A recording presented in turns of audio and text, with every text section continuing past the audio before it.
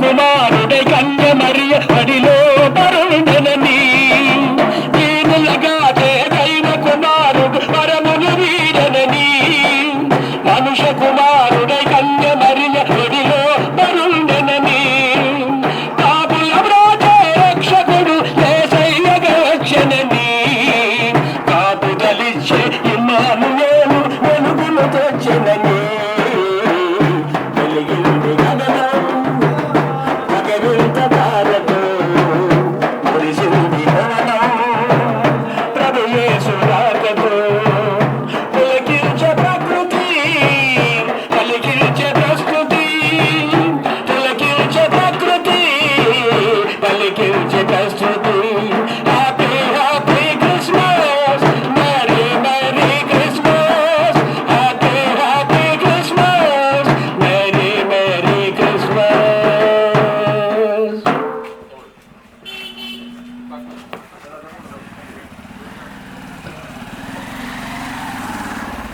మన ప్రభు రక్షకుడైన యేసుక్రీస్తు వారి ప్రశస్త నామములో మీ అందరికీ మా యొక్క క్రిస్మస్ శుభాకాంక్షలు తెలియజేస్తా ఉన్నాం.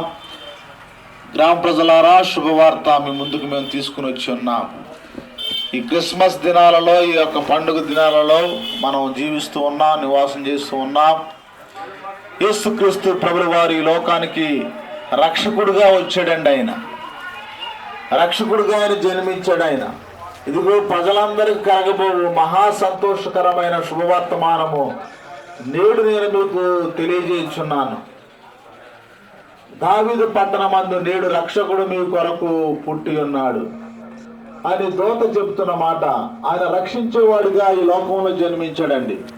ఆయన దేని నుంచి రక్షిస్తాడంటే శాపం నుంచి రక్షించువాడు, పాపం నుంచి రక్షించువాడు, కష్టాల నుంచి విడిపించువాడు, శాపం నుంచి ఆయన రక్షించేవాడు, బాధల నుంచి బాపువాడు, ఇరుకుల నుంచి రక్షించేవాడు, ఇబ్బందుల నుంచి రక్షించేవాడు, సమస్యల నుంచి రక్షించేవాడు, కష్టాల నుంచి రక్షించేవాడు, అనేకమైన పరిస్థితుల నుంచి ఆయన రక్షించే దేవుడుగా ఆయన ఉన్నాడు. ఆయన అందుకోసం ఆయన లోక రక్షకుడు ఈ లోకానికి ఆయన జన్మించాడండి.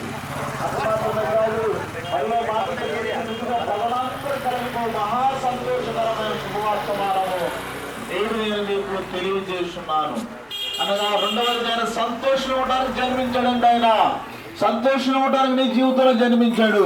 ఒక తల్లి చెప్తా ఉంది, అయ్యా నాకు అన్ని కలిగి ఉన్నాను, నా జీవితంలో అన్నీ ఉన్నాయి, పొలాలు ఉన్నాయి, ఇండ్లు ఉన్నాయి,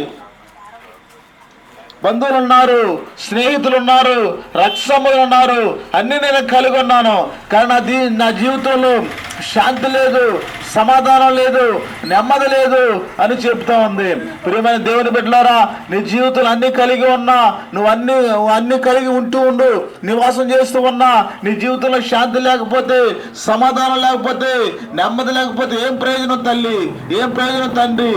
యేసుక్రీస్తు ప్రభువు వారు ఆయన సంతోషం ఇవ్వటానికి, శాంతిని ఇవ్వటానికి, సమాధానం ఇవ్వటానికి ఆయన లోకరక్షకుడుగా ఈ లోకంలో జన్మించాడండి. ఆయన రెండు మాటలు మీకు జ్ఞాపం చేస్తా ఉన్నాను.